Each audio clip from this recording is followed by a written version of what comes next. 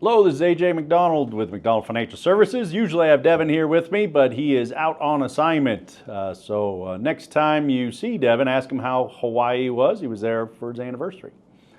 A lot has happened this week, not necessarily economically. We did see an all-time high in gold prices this week. Stock market kind of gave back some of its returns. So that wasn't great, not a great market or great week in the markets. Was looking pretty good. The Fed cut interest rates last week. So if you saw our video last week, you're aware of that. Fed last week said, we'll probably cut rates 2 more times this year. And then this week, Jeremy Powell said, well, maybe we're going to not cut them as quickly as expected. So market didn't like that at all. So we saw a softening in the market. Friday, market did pretty well on Friday, but still a down week for the market. We got consumer price index this last week. Well, for those of you that buy things, which I think all of you probably do, you might notice that things are more expensive. And sure enough, that number came in at 2.9%. So the Fed is kind of getting stuck between a rock and a hard place on cutting those interest rates. That's why Powell mentioned that earlier last week. So that's not so good. Trump was pretty busy this last week.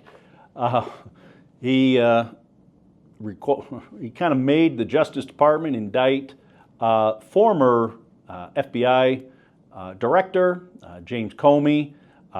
He hates that guy. So the last member of the Justice Department resigned because they said, well, I'm not doing it. Well, they got a new person. I think she's from Colorado. I think she was up for Miss Colorado, actually. So she did indict Comey. It's highly unlikely that Comey's going to be convicted of anything. I think the charge is lying to Congress. So that's unlikely. On Friday, Trump announced new tariffs, 100% on pharmaceuticals that are not made in the U.S. We don't make a ton of pharmaceuticals, so expect your name brand drugs to go up in price. He did a couple others, heavy trucks, I think got 25%. Not exactly sure what a heavy truck is or which trucks those are referring to, that new tariff.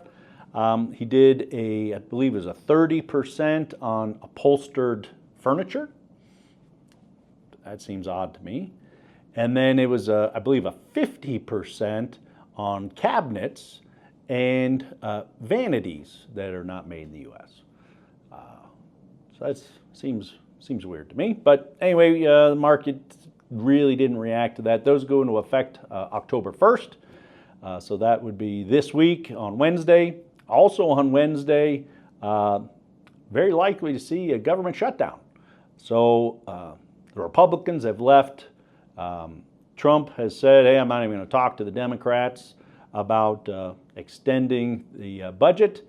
So very likely we'll see a government shutdown. Trump has also told the White House to prepare for mass layoffs. So that's not great. In the past, we've seen lots of shutdowns in the past because the right and the left don't see eye to eye and won't work together. In the past, they've been furloughed, but they've gotten their back pay. They've actually been required to go to work for no pay. And then once the budget is agreed upon, they do get their back pay. This time, they may end up just getting fired and no pay. So we'll see how that plays out. So that's a first. So we've seen a lot of firsts with the current administration. And here's one more. Good thing none of our clients that I know of own any Tylenol stock. Earlier last week, Trump talked about the link between Tylenol and autism. So telling pregnant mothers not to take Tylenol. As the scientists have come out and said, there's no direct correlation between those two things. But Tylenol stock is cratered the parent company of Tylenol. Can't think of the name of that company right off the top of my head. But in one day, it was down 17% and has continued to spiral downward. So not good for anybody that takes acetaminophen. That's the active ingredient in Tylenol. So that came in. The inflation rate also came in last week, a little hot. That's again why Powell from the Federal Reserve is not so sure he wants to cut interest rates again next month because it came in at 2.9%, and their target is between 2 and 2.25%, which we haven't seen in years. We also saw an unexpected drop in the jobless claim, so we got so that's maybe some good news. Sharp upgrade to GDP for the second quarter, so that was revised last week also. So the economy was growing at 3.8% last quarter. That's actually really good. Not indicative of, hey, we need to jumpstart the economy by cutting interest rates. So that's why things are still up in the air on interest rates, and we'll see how that all plays out. That's really it for last week. If you have any questions, please give the office a call, and thanks for watching.